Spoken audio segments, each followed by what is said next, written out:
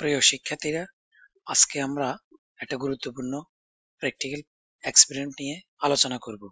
আজকে আমাদের এক্সপেরিমেন্টের নাম হচ্ছে পটাশিয়াম পারম্যাঙ্গানেটের প্রমাণ দ্রবণ দ্বারা প্রদত্ত নমুনাতে আয়রন 2 এর পরিমাণ নির্ণয়।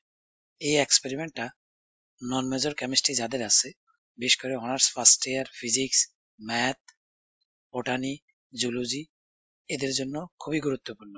এছাড়া অনার্স সেকেন্ড ইয়ার দ্বিতীয় বর্ষের শিক্ষার্থীদের জন্য গুরুত্বপূর্ণ এবং সর্বশেষ বিএসসি পাস তৃতীয় বর্ষ এই শিক্ষার্থীদের জন্য এটা গুরুত্বপূর্ণ। তো এই এক্সপেরিমেন্টটা 3 ধাপে করা হয়। প্রথম ধাপ হচ্ছে 250 ml 0.1 নরমাল সোডিয়াম অক্সালেটের দ্রবণ প্রস্তুতি। দ্বিতীয় ধাপে হচ্ছে প্রমাণ সোডিয়াম অক্সালেট দ্রবণ দ্বারা পটাশিয়াম পারম্যাঙ্গানেট দ্রবণের প্রমিতকরণ বা স্ট্যান্ডার্ডাইজেশন।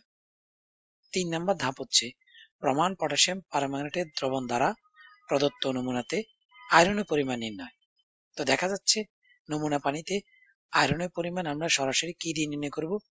পটাশিয়াম পারম্যাঙ্গানেটের দ্রবণ দ্বারা। কিন্তু পটাশিয়াম পারম্যাঙ্গানেটের দ্রবণটা হচ্ছে সেকেন্ডারি স্ট্যান্ডার্ড পদার্থ। তাই সেকেন্ডারি স্ট্যান্ডার্ড পদার্থ হওয়ার কারণে তার ঘনমাত্রা কিন্তু বেশি দিন একরকম থাকে না, পরিবর্তিত হয়ে যায়। এখন কি কাজ? তাহলে ওই সোডিয়াম অক্সালেট কিন্তু আবার প্রাইমারি স্ট্যান্ডার্ড পদার্থ। সোডিয়াম অক্সালেটের ভর যেমন সঠিকভাবে নির্ণয় করা যায়, এই যৌগটা যেমন সহজে বাতাসের অক্সিজেন, জলীয় বাষ্প, কার্বন ডাই অক্সাইড এদের সাথে সহজে বিক্রিয়া করে না, তাই সোডিয়াম অক্সালেট দ্বারা কোনো দ্রবণ তৈরি করলে দ্রবণের ঘনমাত্রা অনেকদিন পর্যন্ত অপরিবর্তিত থাকে। তো সুতরাং এই সোডিয়াম অক্সালেট নামক প্রাইমারি স্ট্যান্ডার্ড পদার্থ দ্বারা পটাশিয়াম পারম্যাঙ্গানেট নামক সেকেন্ডারি স্ট্যান্ডার্ড পদার্থের আগে ঘনমাত্রা যাচাই বাছাই করে নিতে হবে, প্রমিতকরণ করতে হবে। পটাশিয়াম পারম্যাঙ্গানেটের ঘনমাত্রা যখন সোডিয়াম অক্সালেট দ্বারা যাচাই বাছাই হয়ে যাবে, প্রমিতকরণ হয়ে যাবে, তারপরেই আমি পটাশিয়াম পারম্যাঙ্গানেটের দ্রবণ দ্বারা নমুনা পানিতে আয়রন 2 এর পরিমাণ নির্ণয় করব। আশা করি ব্যাপারটা ক্লিয়ার। তো আসি আমরা, প্রথম ধাপটা হচ্ছে আমাদের কি? সোডিয়াম অক্সালেটের দ্রবণ প্রস্তুতি। তো 250 ml 0.1 নরমাল সোডিয়াম অক্সালেটের দ্রবণ তৈরি করতে হলে আমাদের কি করতে হবে? তো এই যে ধাপটা হচ্ছে সোডিয়াম অক্সালেটের নরমাল দ্রবণ তৈরি করব। তো নরমাল দ্রবণ বা নরমালিটি হচ্ছে প্রতি লিটার দ্রবণে যত তুল্য ভর পরিমাণ দ্রবিত থাকে সেটা হচ্ছে নরমাল দ্রবণ। আর ঘনমাত্রা কিন্তু আরেকটা পরিচিত একক হচ্ছে মোলার দ্রবণ। মোলার দ্রবণ হচ্ছে প্রতি লিটার দ্রবণে যত মোল পরিমাণ দ্রবিত থাকে সেটা হচ্ছে মোলার দ্রবণ। তো এখানে আমরা যেহেতু সোডিয়াম অক্সালেটের নরমাল দ্রবণ তৈরি করব, অর্থাৎ নরমালিটি হবে, তাই এখানে নরমাল দ্রবণ তৈরি করতে হলে কোনো পদার্থের তুল্য ভর দিয়ে কাজ করতে হয়। আর মোলার ভর আর মোলারিটি বা মোলার দ্রবণ তৈরি করতে হলে আণবিক ভর বা মোল সংখ্যা দিয়ে কাজ করতে হয়। তা আসি, এখন সোডিয়াম অক্সালেটের তুল্য ভর নির্ণয় করতে হবে, কারণ যেহেতু এটার নরমাল দ্রবণ তৈরি করব। এখন তুল্য ভর কিভাবে নির্ণয় করব? মনে রাখতে হবে সোডিয়াম অক্সালেট একটা বিজারক পদার্থ। সে যখন বিক্রিয়া করে তখন বিক্রিয়া করার সময় যতটি ইলেকট্রন ত্যাগ করে, বিজারক সবসময় ইলেকট্রন ত্যাগ করে, জারক ইলেকট্রন গ্রহণ করে। তো বিজারক পদার্থ যতটি ইলেকট্রন বিক্রিয়ার সময় ত্যাগ করে সেই ইলেকট্রন সংখ্যাকে তার আণবিক ভরকে সেই ইলেকট্রন সংখ্যা দিয়ে ভাগ করলেই তুল্য ভর পাওয়া যাবে। তো এই কাজটি আমরা করছি। সোডিয়াম অক্সালেট যখন পটাশিয়াম পারম্যাঙ্গানেটের সাথে অম্লীয় মাধ্যম সালফিউরিক অ্যাসিডের সাথে বিক্রিয়া করে তখন সোডিয়াম অক্সালেট কিসে পরিণত হয়? কার্বন ডাই অক্সাইডে পরিণত হয়। কার্বন ডাই অক্সাইডে কার্বনের জারণ মান কিন্তু +4। অপরদিকে সোডিয়াম অক্সালেটে কার্বনের জারণ মান কিন্তু +3। সুতরাং একটা কার্বন বাম পাশ থেকে যখন ডান পাশে আসে তখন একটা ইলেকট্রন ত্যাগ করে। কিন্তু আমার মনে রাখতে হবে সোডিয়াম অক্সালেটে কার্বন সংখ্যা থাকে 2টা। তাহলে 1 মোল সোডিয়াম অক্সালেটে 2টা কার্বন থাকে। তাহলে 2টা কার্বন যখন কার্বন ডাই অক্সাইডে পরিণত হয় তখন সে 2টা ইলেকট্রন ত্যাগ করে। তাহলে সেই বিক্রিয়ার সময় 1 মোল সোডিয়াম অক্সালেট 2টা ইলেকট্রন ত্যাগ করে। এই জন্য সোডিয়াম অক্সালেটের তুল্য ভর নির্ণয় করার সময় তার আণবিক ভরকে 2 দিয়ে ভাগ করে 67 গ্রাম যেটা পেলাম এটা হচ্ছে তার তুল্য ভর। তাহলে 1000 ml 1 নরমাল দ্রবণ প্রস্তুত করতে সোডিয়াম অক্সালেট লাগবে 67 গ্রাম, যেহেতু নরমাল দ্রবণ তৈরি করছি। তাহলে 250 ml 0.1 নরমাল দ্রবণ প্রস্তুতিতে সোডিয়াম অক্সালেট কতটুকু লাগবে?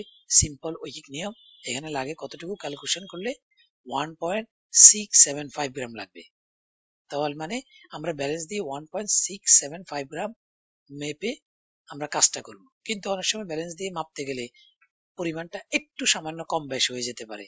ধরে নিলাম আমার সামান্য একটু বেশি হয়ে গেছে, অর্থাৎ গৃহীত ভর হয়ে গেছে 1.678 গ্রাম, আর নেওয়ার কথা ছিল কি 1.675 গ্রাম। তো সুতরাং এই যে এই পদ্ধতিতে আমরা সহজে ঘনমাত্রাটা নির্ণয় করতে পারি। তো এখানে 0.1001 নর্মাল দ্রবণ তৈরি হলো, এটা অলমোস্ট কত 0.1 নর্মালি হয়।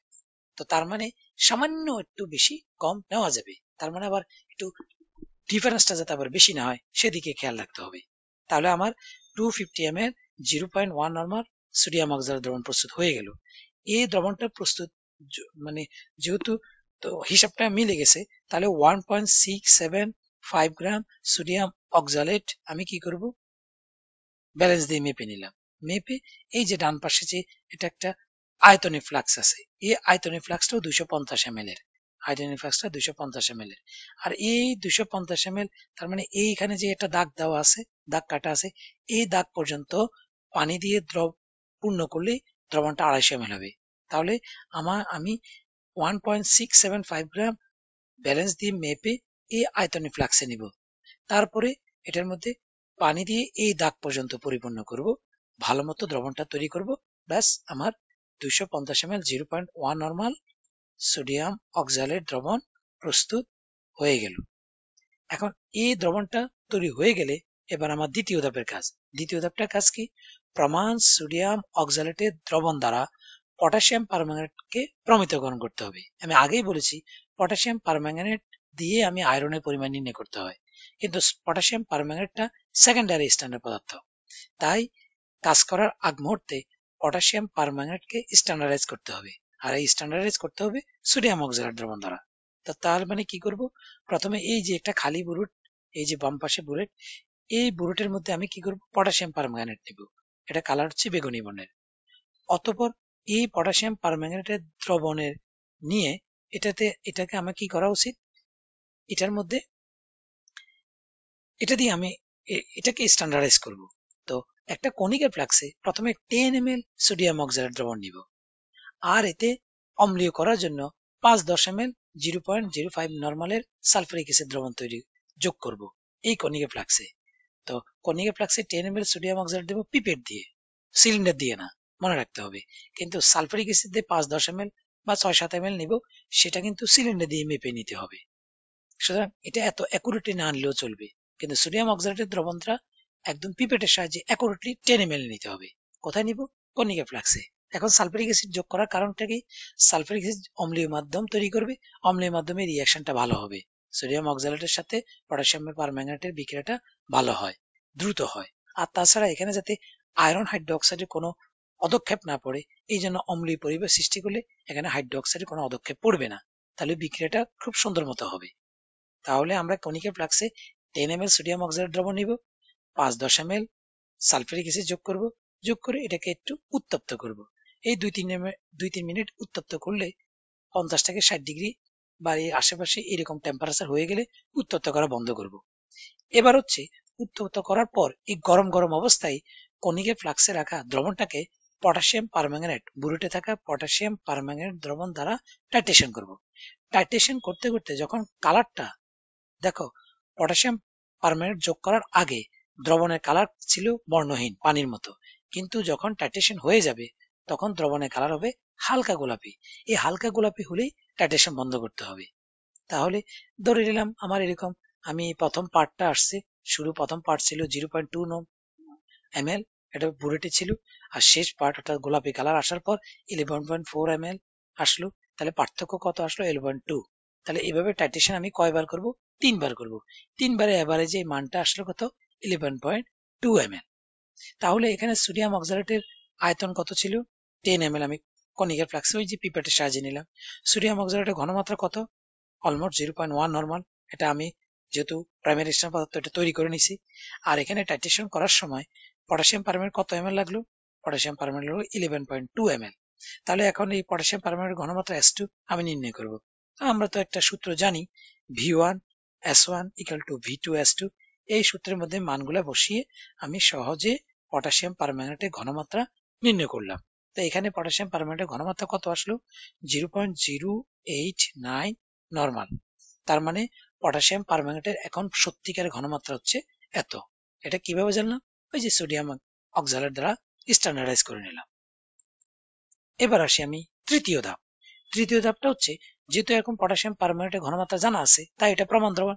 তাহলে এই প্রমাণ পটাশিয়াম পারম্যাঙ্গানেটের দ্রবণ দ্বারা যে পানিটা দিবে, নমুনা পানিটা, সেই পানির মধ্যে আমি আয়রনের পরিমাণ নির্ণয় করব। এই কাজটাও প্রথমে কি করতে হবে? একটা কনিক্যাল ফ্লাক্সে যে নমুনা পানি যার মধ্যে আয়রন আছে, সেই আয়রনের নমুনা পানিটা আমি পিপেটের সাহায্যে 10 ml এই কনিক্যাল ফ্লাক্সে মেপে নিব। তারপর এখানে আগের মতোই 5-10 ml বা 8-10 ml সালফারিক অ্যাসিড যোগ করব। সালফারিক অ্যাসিড কিন্তু সিলিন্ডার দিয়ে যোগ করতে হবে। তারপরে এখানে এই ধাপে এই দ্রবণটাকে আর উত্তপ্ত করার প্রয়োজন নাই। এই নরমাল স্বাভাবিক অবস্থায় দ্রবণটাকে এবার কি করব? আগের মতো পটাশিয়াম পারম্যাঙ্গানেট দ্বারা স্ট্যান্ডার্ডাইজ করব। কতক্ষণ পর্যন্ত স্ট্যান্ডার্ডাইজ করব? যখন ওই দ্রবণের কালার হালকা গোলাপি নিয়ে আসবো, ততক্ষণ পর্যন্ত। তাহলে হালকা গোলাপি আসলেই বন্ধ করতে হবে। তাহলে এখানে আরেকটা টেবিল আসবে। তাহলে এখানে আমার বুলেটের প্রথম পার্ট ছিল 2.3 ml ধরে নিলাম, আর শেষ পার্ট ছিল 5.7 ml, ডিফারেন্স 3.4 ml। তো এইভাবে আমি স্ট্যান্ডার্ডাইজ বা টাইট্রেশন কয়বার করব? 3 বার করব। এভারেজে মোটামুটি মানটা কত আসলো? 3.4 ml। তার মানে নমুনা পানিতে যে আয়রন ছিল, সে আয়রনটাকে পটাশিয়াম পারম্যাঙ্গানেট দ্রবণ দ্বারা টাইট্রেশন করতে গেলে পটাশিয়াম পারম্যাঙ্গানেট প্রতি ক্ষেত্রে কত লাগে? এভারেজে 3.4 ml লাগে। তাহলে আমার একটা সূত্র, 1 ml 0.1 নরমাল পটাশিয়াম পারম্যাঙ্গানেট দ্রবণ, এই দ্রবণটা এই এই পরিমাণ দ্রবণ 0.005585 গ্রাম আয়রন 2 কে প্রশমিত করতে পারে। তাহলে আমার এখানে পটাশিয়াম পারম্যাঙ্গানেট লাগলো কতটুকু? 3.4 ml, যার ঘনমাত্রা ছিল ওই যে স্ট্যান্ডার্ডাইজ করার পর 0.089 নরমাল। তাহলে এই পরিমাণ পটাশিয়াম পারম্যাঙ্গানেট কতটুকু আয়রনকে প্রশমিত করতে পারবে? এটা ওই ঐকিক নিয়মের মতো আমরা করে ফেললাম। দেখা যায় লাগলো কত? 0.0169 গ্রাম আয়রনকে প্রশমিত করতে পারে। তাহলে এই পরিমাণ আয়রন কতটুকু বা কত ml নমুনা পানিতে ছিল? ওই যে প্রতিবার যে 10 ml 10 ml করে নিলাম, তাহলে 10 ml পানিতে ছিল। তাহলে 10 ml দ্রবণে থেকে এই পরিমাণ আয়রন, এই যে 10 ml দ্রবণে থাকে 0.0169, 100 ml আমরা হিসাব করতে হয়, 100 ml থাকে হিসাবটা 0.169 গ্রাম। তো এইটাই হচ্ছে আমার সরবরাহকৃত নমুনা পানিতে আয়রনের পরিমাণ। আশা করি ব্যাপারটা ক্লিয়ার। ধন্যবাদ সবাইকে।